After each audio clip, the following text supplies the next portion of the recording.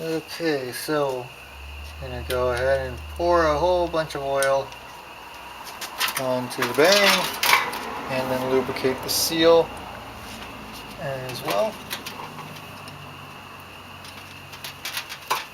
with oil. I'll put the crankshaft in, and we have our piston here, the rusty piston, nice and cleaned up. This was actually not as hard to clean as you might think. All I did was throw it in the ultrasonic cleaner and run it through there a whole bunch of times. Didn't even take the piston rings off. That's not going to hurt anything though. So you get piston ring compressor.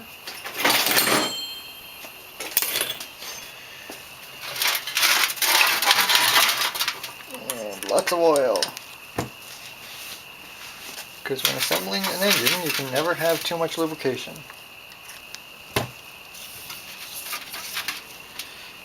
And then I'm going to lubricate the wrist pin and the rings, pretty much the entire piston to make it go in easier.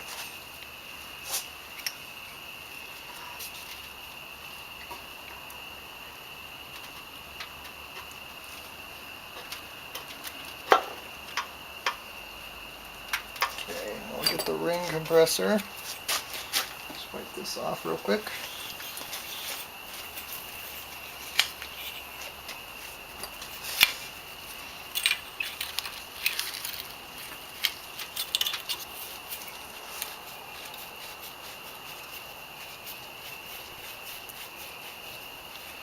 Let's see if this will get tight enough, because it might not be tight enough for a piston this small. No, that's not going to work. Not to worry. I have no clue. Okay, this is what I use when the pistons are too small for piston ring compressor. Just a really big hose clamp.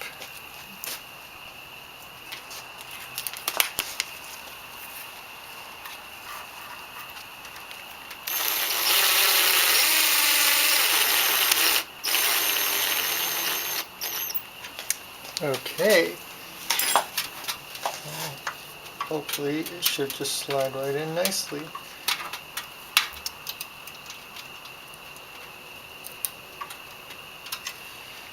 Looks like I did not get the oil ring.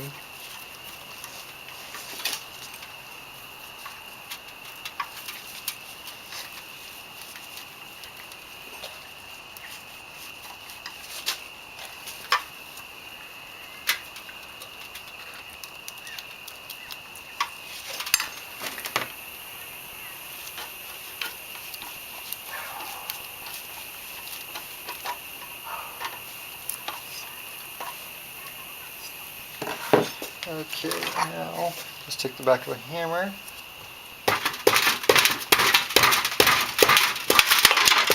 And there it goes, pistons in. Get the crankshaft rotated around to meet it.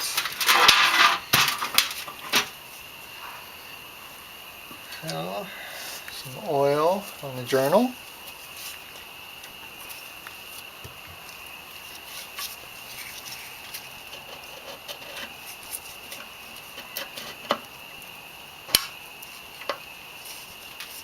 Okay, and now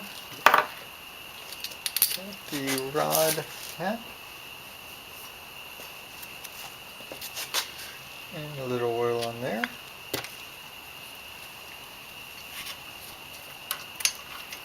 And you can tell which way the conrod is supposed to be up because it's got the dipper on it. The connecting rod cap only goes on one way, and it's got the dipper, so as long as the dipper is pointing down, you're good. Okay, got a 10 millimeter shallow. So, since this is a Honda clone and finding information on Honda clones is damn near impossible, we are using torque specs for the Honda version of this engine, which is going to be a GX 160, I believe. So these connecting rod bolts if I can get the things to tighten up enough for the torque wrench to click.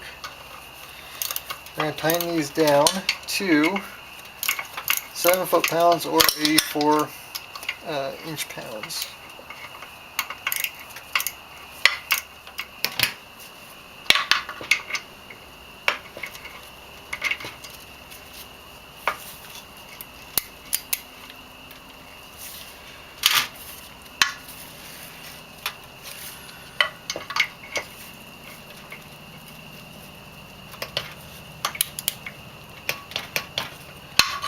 And that's it, already there. 7 foot-pounds is not much. I'll use a little bit of assembly lube on the lifters so that they go in easier. And so that they stay put.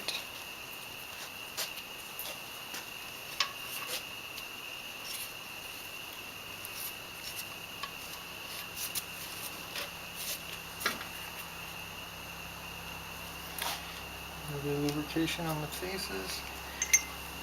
Now for the camshaft.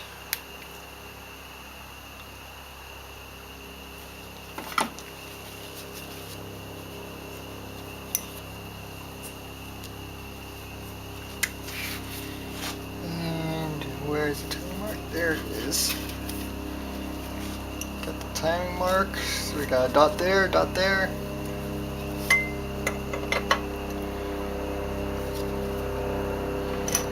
Nice and simple. And you'll get some assembly lube on the camshaft journal as well. And now the sump gasket. Some oil on the bearing and the crankcase cover. And we will coat the seal in oil as well.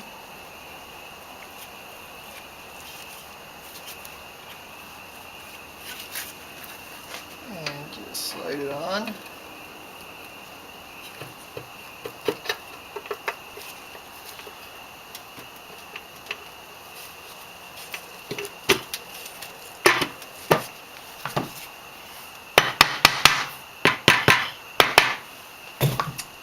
Alright.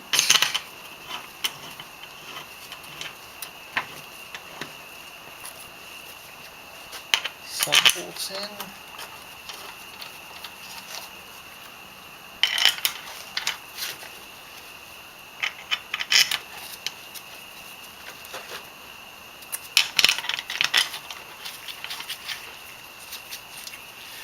Just run them down with the impact driver.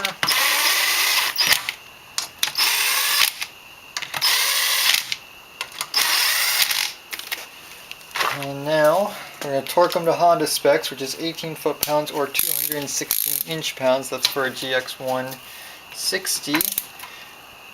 And we'll do this in a crisscross pattern, which I will probably skip through so you don't have to watch this boring part. Sump on, and it spins nice and smoothly. Go ahead and get the crankshaft, or I'm sorry, the flywheel back on.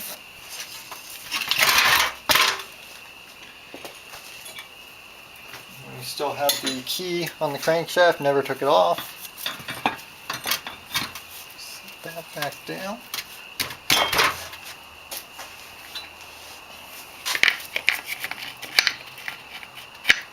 And fan.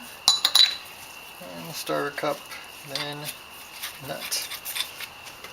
And drive it home.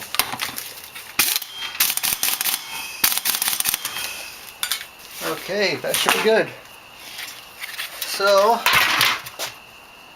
aside from a couple drain plugs and the fill dipsticks, that's it for the bottom end. Might have to adjust the armature air gap a little bit. But yeah, that about does it for the bottom end. Now we just have to focus on the top end. which I thought I had already cleaned up last time I had the engine apart, but I did. So this cylinder head, which was full of rust, has not been touched since I first took the engine apart. We got one valve is free, and then the other, nothing. So I'll pull these keepers off. These are some of the easiest keepers to get off.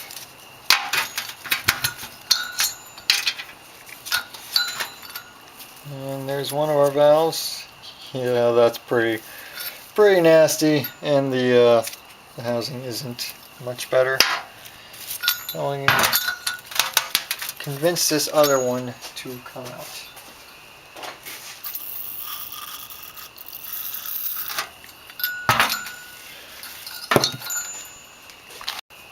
And now hopefully this will just pop right out. There it goes. Ooh, that's pretty nasty. But we should be able to get this cleaned up. So, just pulled the head and the valves out of the ultrasonic cleaner. The valves came out very nicely. We got just a little bit buildup in this valve. Not a big deal. Quick wire wheel should take care of that. And this valve is just fine the way it is. Head came out pretty good. I don't know if you can see that. Kind of light. See, we got a little bit of rust still in there, but not a big deal. We can just wipe out the intake, and the exhaust isn't that big of a deal. I mean, it's the exhaust. It's going to be blowing outwards anyway. So we just need to get a quick cleanup on this one valve.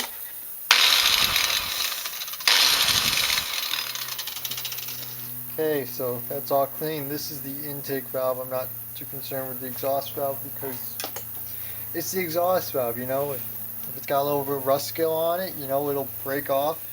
No big deal.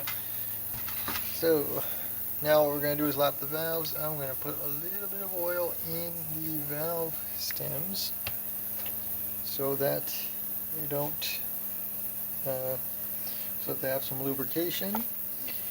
And get the valve grinding compound, which is got a sticky cap because it's been so long since I've used this stuff. Okay.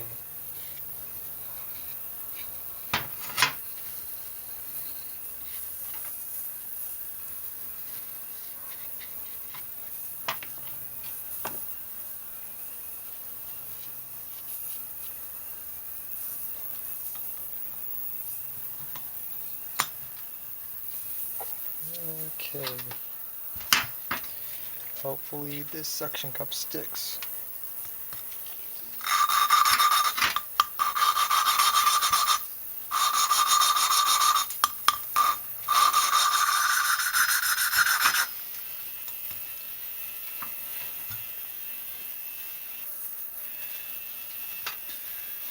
Yeah, I think that should be good. So now we just need to clean this up and be able to put it back together.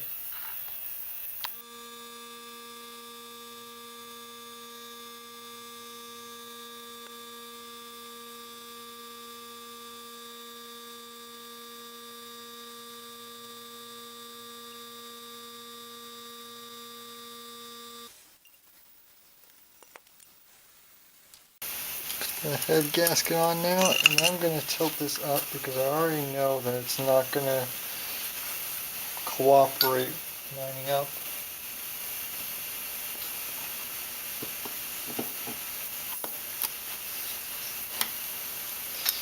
And it's on. Put the head bolts in, which I've already put some oil on the threads.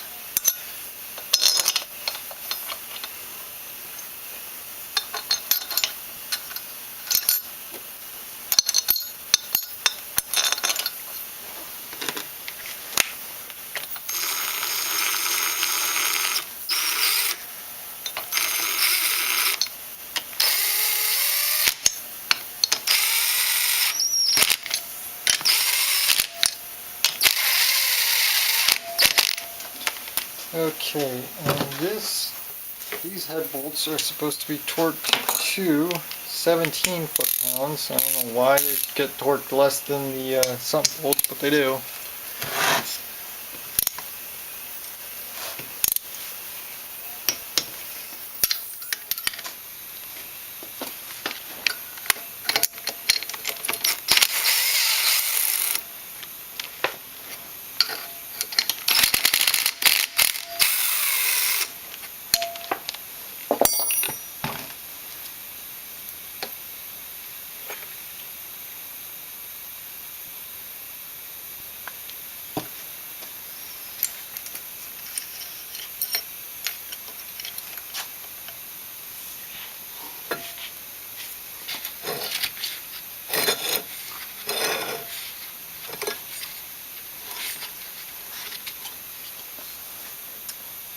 Okay, so there's this little button goes on top of the valve stem, and for some reason I can only find one of them. So I don't know if I lost the other one or if it was just never there. But given the condition of the rest of this thing, I'm thinking it could very well be a case of it was never there. Well, the memory card died in the middle of that, but valves are adjusted now. I will need to get another one of those caps in the future. Other than that, and the fact that I need to adjust the ignition coil air gap, other than that, it's pretty much ready. Just gotta put on all the various external components. The actual block is done though. You can hear the ultrasonic cleaner running in the background. The carburetor is in there now, so I am going to reuse that rusty old carburetor. So, but yeah, just throw all the external components back on. We'll be able to get running, but not tonight. It's a bit too late now. So, rest of the engine's back together now. Reusing the original rusty fuel tank, but this time we've gotten rid of the intake strainer and running an external fuel filter to catch any crap. Original carburetor, which is really rusty, cleaned up pretty well in the ultrasonic cleaner. I'm gonna stick the original air filter housing on there for now because I don't know what else to put on there, and it turns out I don't have an exhaust that'll fit this, so no exhaust, so it's gonna be really loud. It's got oil in it now. It's got really good compression, so it should fire right up, but we're gonna find out.